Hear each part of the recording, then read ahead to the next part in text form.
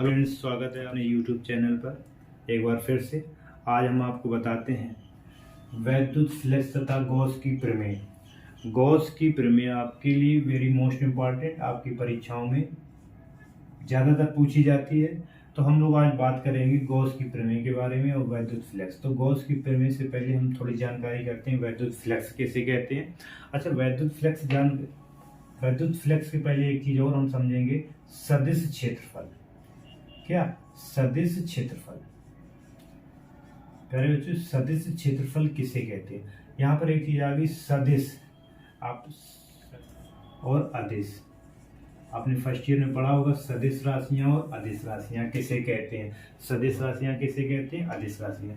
सदिश मतलब दिशा के साथ, अदिश मतलब जिसमें दिशा नहीं होती। तो सदिश राशियां वो राशियां होती हैं जिसमें परिमाण के साथ साथ दिशा की आवश्यकता पड़ती है। आपकी वो क्या राशियां कहलाती? सदिश राशियां कहलाती। अदिश राशियां क्या होती हैं? अदिश राशियां वो राशियां होती हैं परिमाण की आवश्यकता पड़ती है और दिशा की कोई आवश्यकता नहीं पड़ती, वो आपकी अदिश राशियां कहलाती हैं। जैसे द्रव्यमान हो गया। द्रव्यमान जैसे आप आलू लेने गए तो आलू आपसे पूछा, भैया आलू 2 kg दे दो पश्चिम, ऐसे बोलोगे?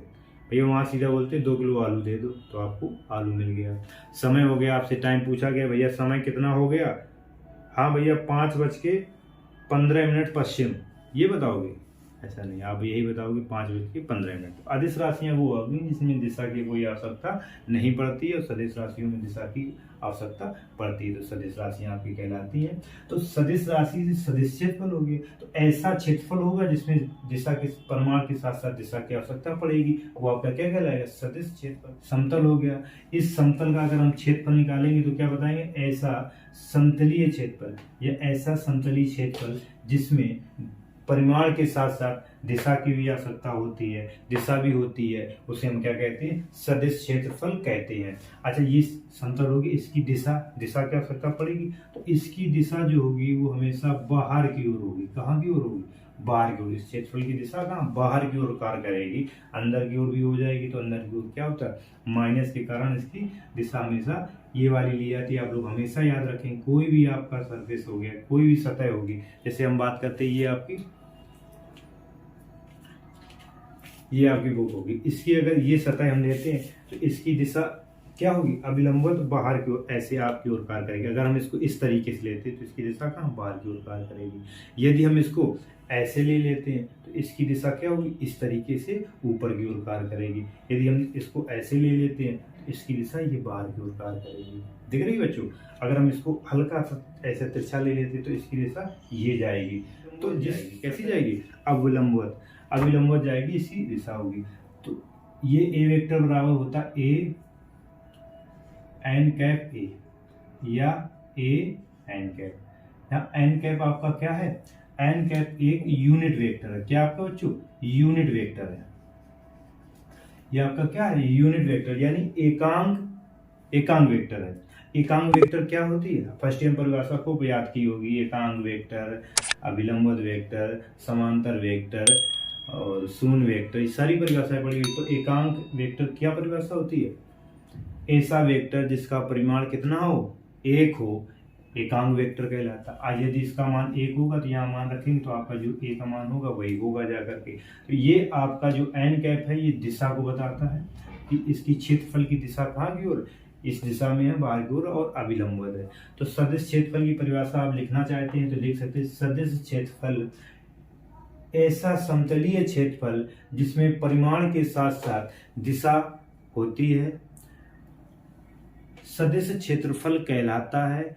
सदिश क्षेत्रफल की दिशा पृष्ठ के अभिलंबवत बाहर की ओर होती है, और बाहर की ओर हो जाएगा। देखेंगे, आप लोग नोट कर सकते हैं, सदिश क्षेत्रफल ऐसा समतलीय क्षेत्रफल जिसमें परिमाण के साथ साथ दिशा भी होती है, सदिश क्षेत्रफल कहलाता है। क्या कहलाता है? सदिश क्षेत्रफल कहलाता है। सदिश क्षेत्रफल की दिशा, इस सदिश क्षेत्रफल की अगर दिशा देखेंगे तो इस पृष्ठ के अभिलंबवत बाहर की ओर होती है। कहाँ होती है? बाहर की ओर होती है। ये आप लोग याद रखेंगे, लिख सकते हैं ए वेक्टर बराबर एन कैप ए। जहां आप लोग लिखना चाहते हैं लिख सकते हैं, जहां एन कैप एक एकांक वेक्टर। कैसा? एकांक वेक्टर है। सदिश क्षेत्रफल के बारे में बात करते हैं हम लोग घन कोण। क्या? घन कोण। घन कोण किसे कहते हैं? सॉलिड एंगल क्या है, इसके बारे में बात करते हैं। तो इससे पहले थोड़ी हम जानकारी कर लेते हैं, समतलीय क्षेत्रफल क्या होता है। समतलीय क्षेत्रफल, समतलीय क्षेत्रफल क्या है, फिर उसके बाद में हम लोग घनकोण की बात करें। समतलीय, देखो बच्चों, ये आपका एक वृत्त है। क्या है? वृत्त। वृत्त और गोले में अंतर जानते हैं? वृत्त जो होता है वो 2D में आता है, और गोला जो होता है वो किस में आता है? 3D में आता है। किस में आता है? 3D में। गोला है, लाइट आ रही है, ये आपका ये गोला है। गोला किस में आता है? 3D में आता है। और वृत्त किस में आता है? 2D में। तो वृत्त का क्षेत्रफल क्या होता है? पाई आर स्क्वायर। गोले का क्षेत्रफल क्या होता है? 4 पाई आर स्क्वायर। समझ रहे? गोले का आयतन होता है, गोले का आयतन क्या होता है? 4/3 पाई आर क्यूब। तो समतलीय क्षेत्रफल है। समतलीय कोण किसे कहते हैं? किसे? समतलीय कोण किसे कहते हैं? तो बच्चों, ये आपका वृत्त हो गया। वृत्त का आप चाप जानते हैं, यानी ये चाप जो है वृत्त के केंद्र पर जो कोण आंतरित करता है उसे हम क्या कहते हैं? समतलीय कोण कहते हैं। कि इस जो वृत्त है उसका जो चाप होता है वो केंद्र पर, वृत्त के केंद्र पर जो कोण आंतरित करता है उसे हम क्या कहते हैं? समतलीय कोण कहते हैं। तो आप कहने का मतलब, अगर इस कोण की मान निकालेंगे, ये समतलीय कोण बराबर लिखेंगे तो क्या हो जाएगा? ये क्या होती है? ये चाप है। क्या है? चाप। तो लिख सकते हैं चाप बटे त्रिज्या। क्या होता है? चाप बटे त्रिज्या। ये आपकी हो गई वृत्त की बात। इसी तरीके हम इस गोले की बात करते हैं। गोले, अच्छा, वृत्त क्या होता है? वृत्त आपने देखा होगा, छल्ला होगा, चूड़ी होगी, ये सारे किस में आएंगे? वृत्त के अंतर्गत आएंगे। गोला क्या होता है? गोल एकदम अच्छे से, कैसे? भरा हुआ पूरा हिस्सा। कहने का मतलब जैसे फुटबॉल हो गई, बॉल हो गई, वो बड़ा यदि फुलाया जाता है वो हो गया। यानी कहने का मतलब वो 3D में आती है, वो आपका क्या होता है? क्या होता है? गोला होता है। क्या होता है? गोला। अच्छा, गोले का अगर हम, इसका एक गोला है, इस गोले का एक छोटा सा हमने खंड कर दिया है, ये टुकड़ा कर दिया। तो जब हम, जैसे बॉल है, बॉल थोड़ी सी कट कर दी जाती है, इतना सा हिस्सा, तो उससे निकल आता है जो, तो उसका क्या होता है? क्षेत्रफल एक होता है। तो ये जो निकला हुआ हिस्सा है, छोटा सा जो अल्पांश भाग लिया है, जो अल्पांश लिया है हिस्सा, यानी इसे बोल सकते हैं क्षेत्रफल अवयव, एरिया एलिमेंट। अगर हम देखते हैं तो अल्पांश भाग जो है, ये त्रिज्या जो है, ये केंद्र पर जो कोण बनाता है, ये केंद्र, ये गोले के केंद्र पर, यानी अल्पांश भाग जो है ये केंद्र पर जो कोण बनाता है उसे क्या बोलते हैं हम लोग? घन कोण बोलते हैं। क्या बोलते हैं? घन कोण। इसे किससे? ओमेगा से प्रदर्शित करते हैं। किससे प्रदर्शित करते हैं? ओमेगा से। कहने का मतलब, जो आपने हिस्सा भाग काटा हुआ, अल्पांश भाग काटा है, क्षेत्रफल अवयव लिया है, छोटा सा हिस्सा काटा हुआ है, वो हिस्सा जो वृत्त गोले के केंद्र पर जो कोण आंतरित करता है उसे हम क्या कहते हैं? घन कोण कहते हैं। अच्छा, ये आपका एक गोला है, हमने एक छोटा सा हिस्सा लिया, ये यहाँ पर, यानी क्षेत्रफल इसका जो हमने मान लिया वो क्या है? DA, छोटा सा है। यानी इस गोले का क्षेत्रफल, पूरे का गोले का क्षेत्रफल क्या होगा? A होगा। गोला है, इस गोले का क्षेत्रफल पूरा जो होगा वो A होगा। छोटा सा हमने हिस्सा काट दिया अल्पांश भाग, तो इसको क्या लिख दिया? DA। अच्छा, घन कोण बराबर क्या लिख लेंगे? घन कोण बराबर क्या होता है? यानी ये क्षेत्रफल, इसका ये हिस्सा जो कटा हुआ है इसको लेकर, जैसे उसमें चाप लिखा था ऐसे ये लिखेंगे, तो ये क्या? क्षेत्रफल और अपान में क्या हो जाएगा? त्रिज्या स्क्वायर। क्या हो जाएगा? त्रिज्या स्क्वायर। आप लोग जानते हैं कोण की जो मात्रक होता है वो क्या होता है? रेडियन होता है। क्या होता है भैया? रेडियन। कोण का मात्रक क्या होता है? रेडियन। और इसका मात्रक क्या होगा? घन कोण का मात्रक क्या होगा?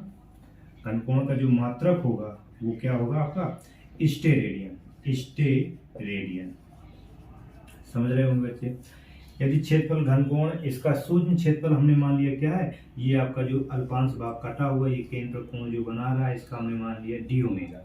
तो आप लोग लिख सकते हैं डी ओमेगा बराबर क्षेत्रफल कितना, ये एरिया था, ये अल्पांश भाग काटा ये क्या है डी ए था, तो डी ए अपान, और इस वृत्त की त्रिज्या गोले की त्रिज्या क्या है मान लो आर है, क्या है आर, अपान आर स्क्वायर, ये आपका हो गया अल्पांश भाग में घनकोण। अगर हम इस गोल ऐसे छोटे छोटे टुकड़े करके सारे हिस्से का अगर हम पूरे गोले का अगर निकालेंगे, पूरे गोले का जब संपूर्ण गोले का अगर कोण निकालेंगे तो आपका हो जाएगा संपूर्ण गोले के लिए अगर समाकलन करना चाहते तो इसका समाकलन कर सकते हो, नहीं डायरेक्ट ओमेगा, इसका क्या होगा ओमेगा, समाकलन करेंगे तो d A upon r square, यानी पूरा ये जो बंद पृष्ठ है इसका पूरे का अगर निकालेंगे तो निकालेंगे, अच्छा इसका क्या निकलेगा ओमेगा, इसका क्या होगा 1 अपान आर स्क्वायर बाहर हो जाएगा, अंदर क्या रहेगा डी ए। डी ए यानी समाकलन का मतलब होता है कि जोड़ना, मैथ में है समाकलन यानी छोटे छोटे हिस्सों को क्या जोड़कर लिखना, तो सारे हिस्सों को जोड़ दोगे तो इसका पूरे को जब जुड़ जाएगा तो पूरा एक गोला बन जाएगा, और गोले का क्षेत्रफल क्या था ए, क्या था ए, तो आप लोग लिख सकते हो ए था। और ये जो ए है, ये जो ए है, ये ए का मान आप लोग समझ रहे होंगे, गोला है तो गोले का ये क्षेत्रफल आ रहा है, तो गोले का क्षेत्रफल होता कितना है 4 पाई आर स्क्वायर, कितना होता है 4 पाई आर स्क्वायर, रखना चाहते रख सकते हो, ओमेगा बराबर 1 अपान आर स्क्वायर इंटू इसका ये भाई क्या है पूरे गोले का निकल आया, और पूरे गोले का क्षेत्रफल होता क्या है, गोले क्षेत्रफल क्या होता है 4 पाई आर स्क्वायर, यहाँ रखेंगे 4 पाई आर स्क्वायर। अब देखेंगे क्या होगा, आर स्क्वायर से आपका आर स्क्वायर कट जाएगा तो ओमेगा बराबर क्या आ गया 4 पाई, ये आपका आ गया घनकोण का मान। समझ रहे होंगे बच्चे, अगर लिखना चाहते हो तो परिभाषा भी लिख सकते हो इसकी, क्या कि ये जो अल्पांश भाग हो गया वो गोले के केंद्र पर जो कोण आंतरित करता है उसे क्या कहते हैं घन कोण कहते हैं। समझ रहे हो। अब हम लोग बात करते हैं वैद्युत फ्लक्स, इलेक्ट्रिक फ्लक्स क्या है इसके बारे में बात करेंगे। तो देखेंगे हमारा एक ये सरफेस आपको दिया गया है, ये आपका सरफेस बना हुआ है, इसमें क्या है ये बल रेखाएं आपकी गुजरी हुई हैं। तो ये बल रेखाएं जो गुजरी हुई है यानी वैद्युत क्षेत्र जो निकला हुआ है, इसी की गणना करने के लिए हमें एक राशि की आवश्यकता पड़ी जिसे हम क्या कहते हैं वैद्युत फ्लक्स कहते हैं। यानी सीधी सी परिभाषा बता सकते हैं कि किसी सतह, इस सतह या इस सतह से जो वैद्युत क्षेत्र गुजरा है उसकी जानकारी करने के लिए जिसे हम करते हैं उसे हम क्या कहते हैं वैद्युत फ्लक्स। सतह से कितना वैद्युत क्षेत्र गुजरा है इसकी जानकारी करने के लिए जिस हमें राशि का प्रयोग करते हैं उसे हम क्या कहते हैं वैद्युत फ्लक्स। यानी कि अभी इससे पहले हमें था क्षेत्र, तो वैद्युत आवेश वहां पर क्या होता था किसी बिंदु पर हमें वैद्युत क्षेत्र ज्ञात करना था। अब क्या एक सरफेस होगा वन सरफेस, इस सरफेस से ये जो सतह है इससे कितना वैद्युत क्षेत्र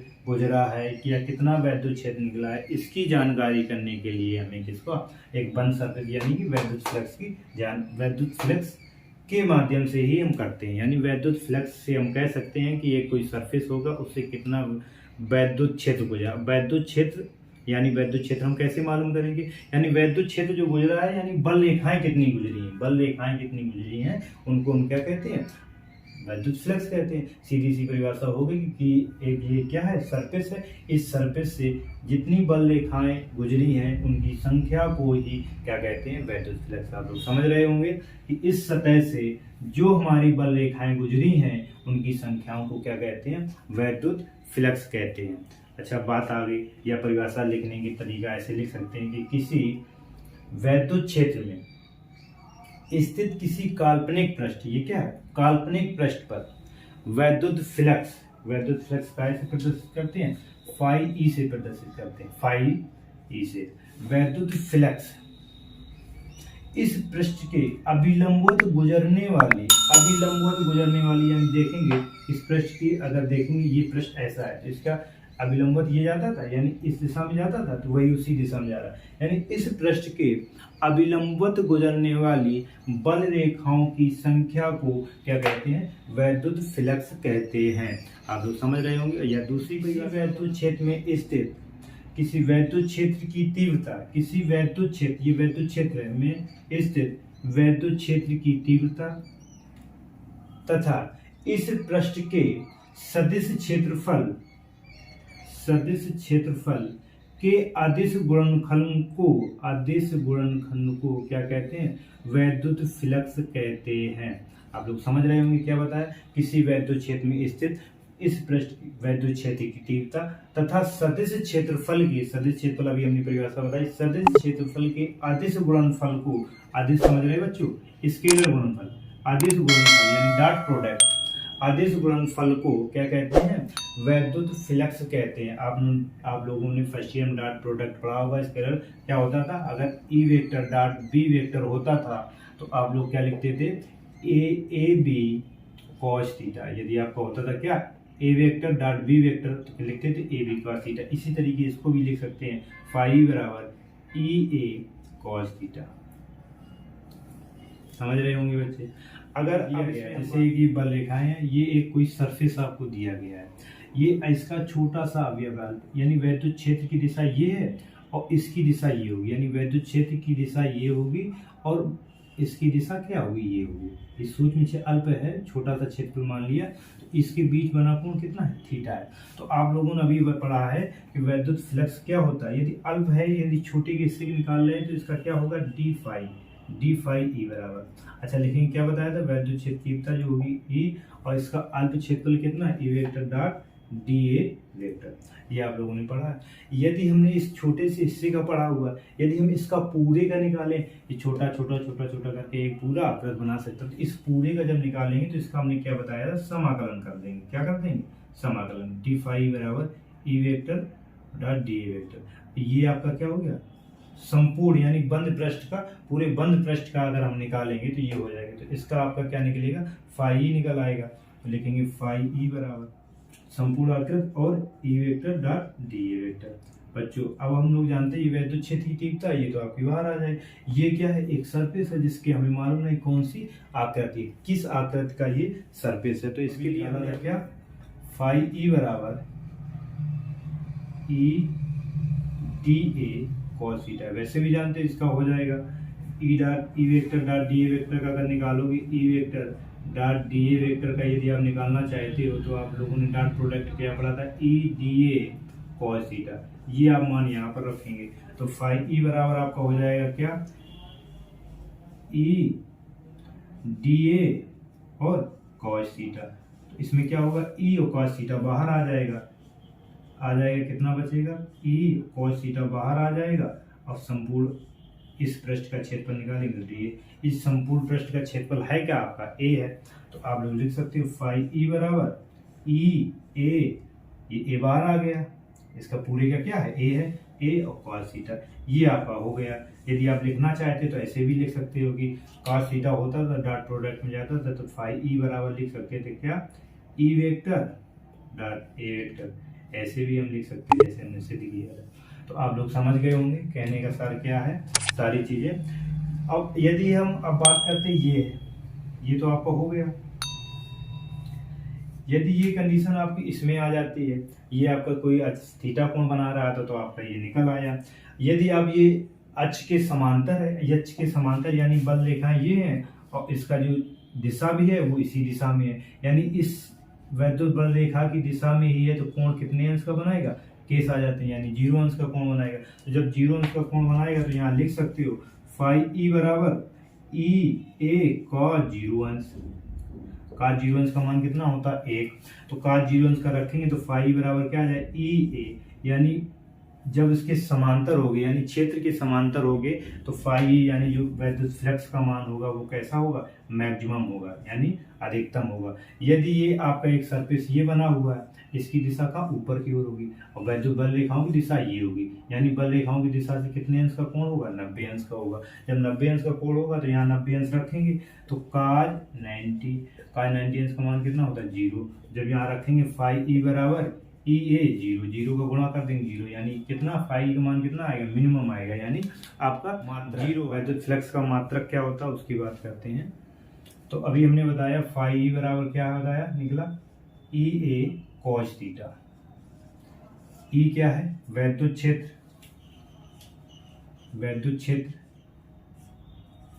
और ए क्या है? आपका क्षेत्रफल है।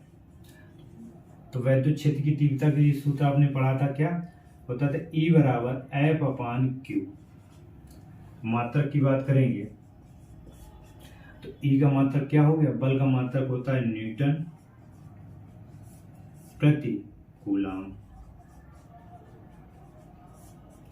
और इसका क्या निकाल, A का क्या होता है, ये क्षेत्रफल है यानी कि मीटर स्क्वायर, और ये cos थीटा इसका कोई मात्रक नहीं होता, तो ये इसका मात्रक निकला है न्यूटन मीटर स्क्वायर प्रति कूलम। यदि विमा की बात करते हैं तो विमा निकाल सकते हैं, न्यूटन की विमा यानी बल की विमा क्या होती है, MLT-2 अपान कूलम की क्या होती है, AT, मीटर स्क्वायर यानी L स्क्वायर। सबको एक साथ लिख लो, देखेंगे L नीचे नहीं, M नीचे नहीं, तो M आ जाएगा। L एक ये है, दो ये, और नीचे तो है नहीं, तो L2 हो जाएगा। T-2 ऊपर है, नीचे प्लस की ऊपर जाएगी, काहे हो जाएगी आपकी माइनस हो जाएगी, तो माइनस की 2 थी, एक और माइनस हो गई, तो माइनस की कितनी हो गई, माइनस का 3 हो गई। ये 2 L2 ये था, एक L ये मिलकर कितना था, L3 ये हो गया, ML3 T-3। अब क्या बचा, MLT हो गया, A बचा, A नीचे से ऊपर जाएगा, काहे हो जाएगा माइनस का, इसकी विमा आ गई ML3 T-3 A- हो गया। धन्यवाद प्यारे बच्चों।